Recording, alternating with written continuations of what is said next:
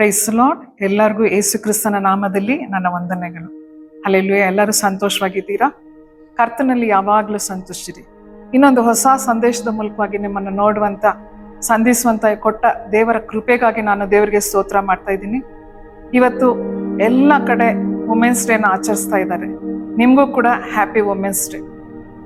ಇವತ್ತು ನಾವು ಸ್ತ್ರೀಗಳ ಬಗ್ಗೆ ಮಾತಾಡ್ತಾ ಇರುವಾಗ ಯಾವ ಸ್ತ್ರೀ ಮೇಲೆ ದೇವರ ದೃಷ್ಟಿ ಇದೆ ಅಂತ ನಾವು ಇವತ್ತು ಧ್ಯಾನ ಮಾಡೋಣ.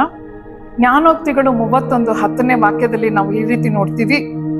ಗುಣವತಿಯಾದ ಸತಿಯು ಎಲ್ಲಿ ಸಿಕ್ಕಾಳು, ಆಕೆಯು ಹವಳಕ್ಕಿಂತಲೂ ಬಹು ಅಮೂಲ್ಯಳಂತೆ. ದೇವರ ದೃಷ್ಟಿಗೆ ಯಾರು ಗೊತ್ತಾ ಸ್ತ್ರೀ ತುಂಬಾ ಮುಖ್ಯ ಅಂದ್ರೆ ಗುಣವತಿಯಾಗಿರ್ಬೇಕು. ಅವಳು ಹೇಗಂತೆ ಹವಳಕ್ಕಿಂತ ಬಹು ಅಮೂಲ್ಯ ಅಂತ ದೇವ್ರು ಹೇಳ್ತಾರೆ. ದೇವ್ರು ನಮ್ಮ ಹೊರಗಡೆನ ಬಾಹ್ಯದ ಅಂದನ ದೇವ್ರು ನೋಡ್ತಾ ಇಲ್ಲ, ಆದ್ರೆ ನಮ್ಮ ಹೃದಯನ ದೇವ್ರು ನೋಡ್ತಾ ಇದ್ದಾರೆ. ನಮ್ಮ ಹೃದಯದಲ್ಲಿ ನಾವು ಹೇಗಿದ್ದೀವಿ, ಗುಣವತಿಯಾಗಿರ್ಬೇಕು. ಹಲ್ಲೆಲೂಯಾ. ಆ ಗುಣವತಿಯಾದ ಸ್ತ್ರೀ ಹೇಗಿರ್ತಾಳಂತೆ, ಕತ್ತಲಿರುವಾಗಲೇ ಎದ್ದೇಳ್ತಾಳಂತೆ. ಅದೇ 31ನೇ ಅಧ್ಯಾಯದಲ್ಲಿ ನೋಡಿ 15ನೇ ವಾಕ್ಯದಲ್ಲಿ ನೋಡ್ತೀವಿ, ಇನ್ನು ಕತ್ತಲಿರುವಾಗಲೇ ಕತ್ತಲೆ ಇರೋವಾಗ್ಲೇನೆ ಒಂದು ಗುಣವತಿಯಾದ ಸ್ತ್ರೀ ಎದ್ದು ಬಿಡ್ತಾಳಂತೆ. ಎದ್ದು ಏನ್ ಮಾಡ್ತೀವಿ, ಮೊದಲನೇದಾಗಿ ದೇವ್ರನ್ನ ಹುಡುಕ್ತಾಳಂತೆ ಅವಳು. ಹಲ್ಲೆಲೂಯಾ. ಇವತ್ತು ಸ್ತ್ರೀಗಳು ನಾವು ದೇವ್ರನ್ನ ಹುಡುಕಬೇಕಾಗಿದೆ. ಮೊದಲನೇದಾಗಿ ಪ್ರಾಮುಖ್ಯತೆ ಯಾರು ಕೊಡ್ಬೇಕಂದ್ರೆ, ಎದ್ದಿದ ತಕ್ಷಣ ದೇವ್ರನ್ನ ಹುಡುಕ್ಬೇಕು. ಸರ್ವ ಸೃಷ್ಟಿಗೆ ಯಜಮಾನನು ಹಲ್ಲೆಲೂಯಾ ಅವ್ರ ಕೈಯಲ್ಲಿ ನಮ್ಮನ್ನು ಒಪ್ಪಿಸ್ಕೊಡ್ಬೇಕು. ಅದಕ್ಕೆ ಯೇಸು ಸ್ವಾಮಿ ಹೇಳ್ತಾರೆ, 1 ಗಂಟೆ ಆದ್ರೂ ನೀವು ಪ್ರಾರ್ಥಿಸಕ್ಕೆ ಆಗೋದಿಲ್ವಾ? ನೋಡಿ, ಮೊದಲನೇದಾಗಿ ನಾವು ಎದ್ದಿದ ತಕ್ಷಣ ಮತ್ತಾಯ 6:33 ಹೇಳಲ್ಪಟ್ಟಿದೆ, ಮೊದಲನೇದಾಗಿ ದೇವರ ರಾಜ್ಯವನ್ನು ನೀತಿಯನ್ನು ಹುಡುಕಿರಿ, ಇವೆಲ್ಲವೂ ನಿಮಗೆ ಕೊಡಲ್ಪಡುವುದು ಅಂತ. ಮೊದಲನೇದಾಗಿ ಎದ್ದು ನಾವು ದೇವರನ್ನ ಹುಡುಕೋಣ. ಮೊದಲನೇ 1 ಗಂಟೆ ಸಮಯನ ದೇವರಿಗೆ ಕೊಡುವಾಗ ಆ ಕುಟುಂಬ ಆಶೀರ್ವದಿಸಲ್ಪಡುತ್ತದೆ. ಅದಕ್ಕೆ ದೇವ್ರು ಹೇಳ್ತಾರೆ, ಒಂದು ಗುಣವತಿಯಾದ ಸ್ತ್ರೀ ಕತ್ತಲೆ ಇರುವಾಗ್ಲೇನೆ ಎದ್ದೇಳ್ತಾಳಂತೆ. ನಾವು ಕತ್ತಲೆ ಇರುವಾಗ್ಲೇನೆ ಎದ್ದೇಳ್ಬೇಕು. ಇನ್ನೊಂದು ವಾಕ್ಯ ಹೀಗೆ ಹೇಳಲ್ಪಟ್ಟಿದೆ, 18ನೇ ವಾಕ್ಯದಲ್ಲಿ ನೋಡ್ತೀವಿ. 31 ಜ್ಞಾನೋಕ್ತಿಗಳು 31:18 ಆಕೆಯ ದೀಪವು ರಾತ್ರಿ ಎಲ್ಲ ಆರೋದಿಲ್ವಂತೆ. ಅವಳು ಆ ಸ್ತ್ರೀ ಏನಂತೆ, ಗುಣವತಿಯಾದ ಸ್ತ್ರೀ ರಾತ್ರಿ ಎಲ್ಲ ನಿದ್ದೆ ಮಾಡೋದಿಲ್ಲ. ತನ್ನ ಮಕ್ಕಳು ಏನ್ ಮಾಡ್ತಾ ಇದ್ದಾರೆ, ತನ್ನ ಕುಟುಂಬ ಪ್ರೊಟೆಕ್ಷನ್ ಅಲ್ಲಿ ಇದೆಯಾ, ದೇವರ ಸಂರಕ್ಷಣೆಯಲ್ಲಿ ಇದೆಯಾ ಅನ್ಬಿಟ್ಟು ಗಮನಿಸ್ತಾನೆ ಇರ್ತಾಳಂತೆ. ಅವಳು ಏನಂತ ಇನ್ನೊಂದು ಕಡೆ ನಾವು ನೋಡ್ತೀವಿ, ಅವಳು 20ನೇ ವಾಕ್ಯದಲ್ಲಿ ನೋಡ್ತೀವಿ, ಬಡವರಿಗಾಗಿ ಕೈ ಬಿಚ್ಚಿ ದಿಕ್ಕಿಲ್ಲದವರಿಗೆ ಕೈ ನೀಡುವಳಂತೆ. ಅವಳು ಗುಣವತಿ ನೋಡ್ರಿ, ತನ್ನ ಮಕ್ಕಳನ್ನ ಗಮನಿಸ್ತಾಳೆ, ತನ್ನ ಕುಟುಂಬನ ಗಮನಿಸ್ತಾಳೆ, ತನ್ನ ಗಂಡನ್ನ ಗಮನಿಸ್ತಾಳೆ, ಮತ್ತೆ ಸಮುದಾಯನ ಕೂಡ ಮರ್ತೋಗೋದಿಲ್ಲ. ಸಮುದಾಯದಲ್ಲಿರುವ ಬಡವರಿಗಾಗಿ ಕೈ ಬಿಚ್ಚಿ ಕೊಡ್ತಾಳಂತೆ. ದಿಕ್ಕಿಲ್ದೆ ಇರೋರ್ನ ಹುಡುಕಿ ಹೋಗಿ ಅವ್ರಿಗೆ ಸಹಾಯ ಮಾಡ್ತಾಳಂತೆ. ಆ ರೀತಿ ಗುಣವತಿಯಾದ ಸ್ತ್ರೀ ದೇವ್ರು ಹುಡುಕ್ತಾ ಇದ್ದಾರೆ. ಮತ್ತೆ 22ನೇ ವಾಕ್ಯದಲ್ಲಿ ನೋಡ್ರಿ, ಆಕೆಯ ಉಡುಪು ನಾರುಮಡಿ, ಸಿಂಪಲ್ ಡ್ರೆಸ್.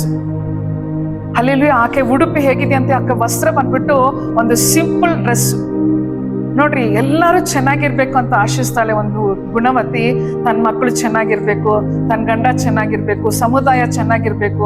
ಹಾಗೇನೆ ಆಕೆ ವಸ್ತ್ರ ಮಾತ್ರ ನಾರು ಮಡಿ ಅಂತೆ, ಒಂದು ಸಿಂಪಲ್ ಜೀವನ. ಮತ್ತೆ ಇನ್ನೊಂದ್ ಕಡೆ ನಾವು ಅದೇ ಜ್ಞಾನೋಕ್ತಿಗಳು 31:25 ನೋಡ್ತೀವಿ, ಬಲವನ್ನು ತೇಜಸ್ಸನ್ನು ಹೊದ್ದುಕೊಂಡಿರ್ತಾಳಂತೆ. ಏನ್ ಹೊದ್ಕೊಂಡಿರ್ತಾರೆ ನೋಡ್ರಿ, ಬಲ ಮತ್ತೆ ತೇಜಸ್ಸು. ಭವಿಷ್ಯತ್ತಿನ ಭಯವಿಲ್ಲದೆ ನಗುತ್ತಾ ಇರ್ತಾಳಂತೆ.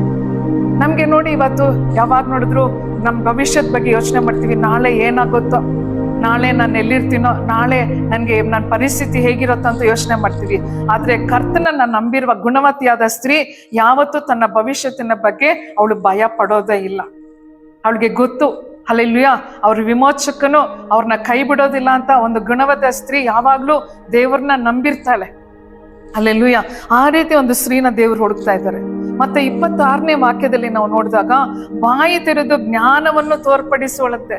ಅವಳು ಬಾಯಿ ತೆಗೆದೆ ಕೆಟ್ಟ ಮಾತು ಬರೋದಿಲ್ಲ, ಬೇರೆಯವ್ರನ್ನ ದೂಷಿಸೋದಿಲ್ಲ, ಬೇರೆಯವ್ರನ್ನ ಕೀಳಾಗಿ ಮಾತಾಡೋದಿಲ್ಲ. ಅವಳು ಬಾಯಿ ತೆರೆದು ಜ್ಞಾನವನ್ನ ಅವಳು ತೋರ್ಪಡಿಸ್ತಾಳಂತೆ. ಎಷ್ಟು ಒಂದು ಜ್ಞಾನ ನೋಡಿ. ಹಲ್ಲೆಲೂಯಾ. ದೇವರ ಜ್ಞಾನ ಅದು, ಲೋಕದ ಜ್ಞಾನ ಅಲ್ಲ. ಅದಕ್ಕೆ ದೇವರು ಒಂದು ಗುಣವತಿಯಾದ ಸ್ತ್ರೀನ ಇವತ್ತು ಹುಡುಕ್ತಾ ಇದ್ದಾರೆ. 27ನೇ ವಾಕ್ಯದಲ್ಲಿ ನೋಡಿ, ಸೋಮಾರಿತನದ ಅನ್ನವನ್ನು ತಿನ್ನದೆ ಗೃಹ ಕೃತ್ಯಗಳನ್ನೆಲ್ಲ ನೋಡಿಕೊಳ್ಳುವಳು. ಸೋಂಬೇರಿನ ಯಾವತ್ತೂ ದೇವರು ಆಶೀರ್ವದಿಸೋದಿಲ್ಲ. ಒಂದು ಸ್ತ್ರೀ ಹೇಗಿರ್ಬೇಕಂದ್ರೆ, ಸೋಂಬೇರಿಯಾಗಿರ್ಬಾರ್ದು. ಯಾವಾಗ್ಲೂ ತನ್ನ ಗೃಹ ಕೃತ್ಯಗಳನ್ನೆಲ್ಲ, ಮನೆ ಕೆಲಸನೆಲ್ಲ ಮಾಡ್ಬೇಕು. ಕುಟುಂಬನ ಏನಾಗ್ಬೇಕು, ಸರಿಯಾಗಿ ಇಟ್ಕೋಬೇಕು, ಮನೆನ ಶುದ್ಧವಾಗಿ ಇಟ್ಕೋಬೇಕು, ಮಕ್ಕಳನ್ನ ಶುದ್ಧವಾಗಿ ಇಟ್ಕೋಬೇಕು. ಅಲ್ಲಿ ಆದ್ರೆ ಇವತ್ತು ನೋಡ್ತಾ ಇದೀವಲ್ವಾ, ಇವತ್ತಿನ ಜನರೇಷನ್ ಹೇಗಿದ್ದಾರೆ, ಮನೆಯಲ್ಲಿ ಅಡುಗೆ ಮಾಡೋದಿಲ್ಲ, ಬೆಳಿಗ್ಗೆನೆ ಝೊಮ್ಯಾಟೋನಲ್ಲಿ ಆರ್ಡರ್ ಮಾಡ್ತಾರೆ, ಸ್ವಿಗ್ಗಿನಲ್ಲಿ ಆರ್ಡರ್ ಮಾಡ್ತಾರೆ.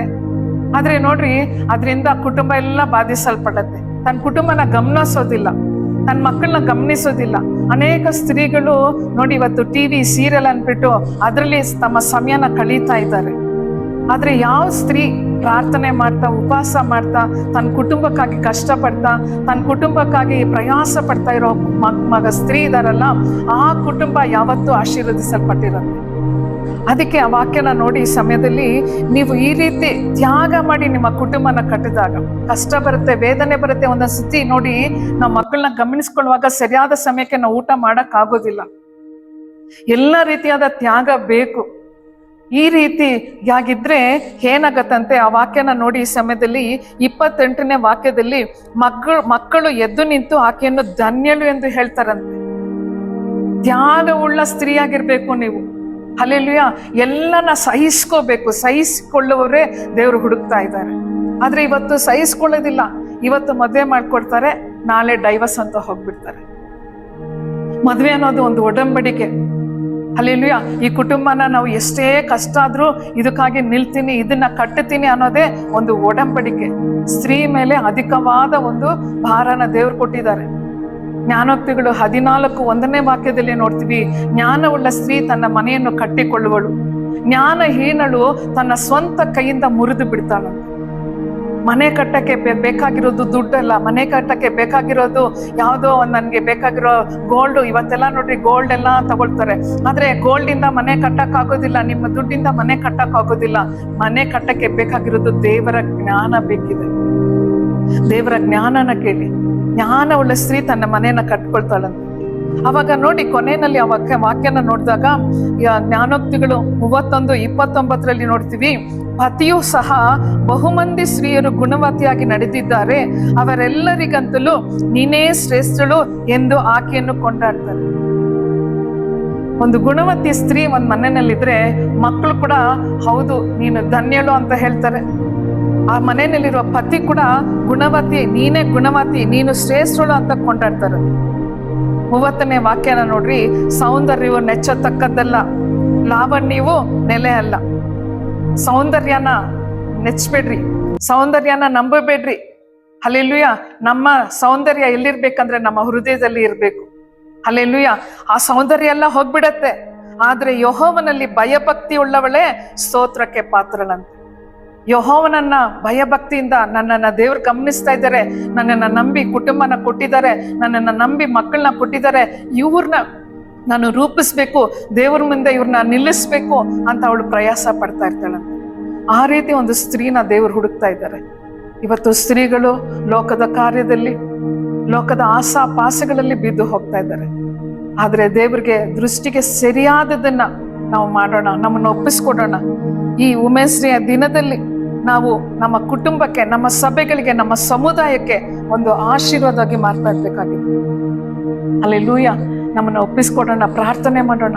ದೇವರೇ, ನನ್ನನ್ನು ಒಪ್ಪಿಸ್ತಾ ಇದ್ದೀನಿ. ಗುಣವತಿಯಾದ ಸ್ತ್ರೀ ಎಲ್ಲಿ ಸಿಕ್ಕಾಳು, ಅವಳಕ್ಕಿಂತಲೂ ಅಮೂಲ್ಯಳು ಅಂತ ಹೇಳಿದ್ದೀರಲ್ಲಪ್ಪ, ನಾನು ಒಪ್ಪಿಸ್ಕೊಡ್ತಾ ಇದ್ದೀನಪ್ಪ. ಎಲ್ಲ ರೀತಿಯಾದ ತ್ಯಾಗ ಮಾಡಕ್ಕೆ ನಮ್ಮನ್ನು ಒಪ್ಪಿಸ್ಕೊಡ್ಬೇಕು. ಈ ಸಮಯದಲ್ಲಿ ಕೂಡ ಈ ಸಂದೇಶನ ಕೇಳ್ತಾ ಇರೋ ಪ್ರತಿಯೊಂದು ಸ್ತ್ರೀ, ನೀವು ಯಾರೇ ಆಗಿರ್ಬೋದು, ನಿಮ್ಮೊಂದಿಗೆ ದೇವ್ರು ಮಾತಾಡ್ತಾ ಇದ್ದಾರೆ. ಇವತ್ತು ನಿಮ್ಮ ಕುಟುಂಬ ಒಡೆದು ನಿಂತಿರ್ಬೋದು. ಇವತ್ತು ತಿರುಗಿ ಒಪ್ಪಿಸ್ಕೊಡಿ. ದೇವರೇ, ನನ್ನ ಕುಟುಂಬಕ್ಕಾಗಿ ನಾನು ಒಪ್ಪಿಸ್ಕೊಡ್ತೀನಿ, ಪ್ರಾರ್ಥನೆ ಮಾಡ್ತೀನಿ, ಒಂದು ಗುಣವತಿಯಾಗಿ ನಡ್ಕೊಳ್ತೀನಿ ಅಂತ ಒಪ್ಪಿಸ್ಕೊಟ್ಟಾಗ್ಲೇ ಈಗಲೇ ನಿಮ್ಮ ಕುಟುಂಬನ ದೇವ್ರ ಕರದಲ್ಲಿ ತಗೊಂಡು ಅದನ್ನ ಈ ಸಮಯದಲ್ಲಿ ಆಶೀರ್ವಾದವಾಗಿ ಮಾರ್ಪಡಿಸ್ತಾ ಇದ್ದಾರೆ. ಎಲ್ಲರೂ ಈ ಸಮಯದಲ್ಲಿ ಕಣ್ಗಳನ್ನ ಮುಚ್ಚಿ ಪ್ರಾರ್ಥನೆ ಮಾಡೋಣ. ನಮ್ಮನ್ನು ಅಧಿಕವಾಗಿ ಪ್ರೀತಿಸೋ ಪರಲೋಕದ ತಂದೆ, ಅಪ್ಪ ಥ್ಯಾಂಕ್ ಯು ನೋಡಪ್ಪ. ಗುಣವತ್ತಾದ ಸ್ತ್ರೀ ಎಲ್ಲಿ ಸಿಕ್ಕಾಳು, ಅವಳಕ್ಕಿಂತಲೂ ಬಹು ಅಮೂಲ್ಯಳು ಅಂತ ಹೇಳಿದ್ದೀರಿ ಸಪ್ಪ. ಈ ಸಂದೇಶನ ನೋಡ್ತಾ ಇರುವ ಪ್ರತಿಯೊಂದು ಹೌದು ಕರ್ತನೆ ಸಹೋದರಿನ ನೀವು ಮುಟ್ಟಬೇಕಂತ ಪ್ರಾರ್ಥಿಸ್ತಾ ಇದ್ದೀನಿ. ಹೌದು ಕರ್ತನೆ, ಅವ್ರನ್ನ ಆಶೀರ್ವದಿಸಪ್ಪ. ಪ್ರಾರ್ಥನೆಯಲ್ಲೂ ಹೌದು ಕರ್ತನೆ, ತನ್ನ ಕುಟುಂಬವನ್ನು ಕಟ್ಟಿಕೊಳ್ಳಕ್ಕೆ ಸಹಾಯ ಮಾಡು ಕರ್ತನೆ. ಜ್ಞಾನವುಳ್ಳ ಸ್ತ್ರೀ ತನ್ನ ಕುಟುಂಬವನ್ನ ಕಟ್ಟುವಳು ಅಂತ ಹೇಳಿದ್ದೀರಪ್ಪ. ಜ್ಞಾನ ಕೊಡಪ್ಪ. ಪ್ರಾರ್ಥನೆ ಆತ್ಮನ ಸುರಿಸಪ್ಪ. ಕತ್ತಲೆ ಎದ್ದಾಗ್ಲೇ ಎದ್ದೇಳ್ತಾರೆ ಅಂತ ಹೇಳಿದಿರಪ್ಪ, ಅವಳ ದೀಪ ಆರುವುದಿಲ್ಲ ಅಂತ ಹೇಳಿದಿರೇಸಪ್ಪ. ಹೌದು ಕರ್ತನೆ, ಎಲ್ಲನ ಗುಣವತ್ತಿಯಾಗಿ ಮಾರ್ಪಡಿಸಪ್ಪ. ನಮ್ಮ ಕುಟುಂಬಕ್ಕೆ, ನಮ್ಮ ಸಭೆಗಳಿಗೆ, ನಮ್ಮ ಸಮುದಾಯಕ್ಕೆ ನಾವು ಆಶೀರ್ವಾದಗಿರುವಂತೆ ಸಹಾಯ ಮಾಡಪ್ಪ. ಆಶೀರ್ವದಿಸು ಯೇಸು ಕ್ರಿಸ್ತನ ನಾಮದಲ್ಲಿ ಕರ್ತನೆ. Amen, amen. God bless you all.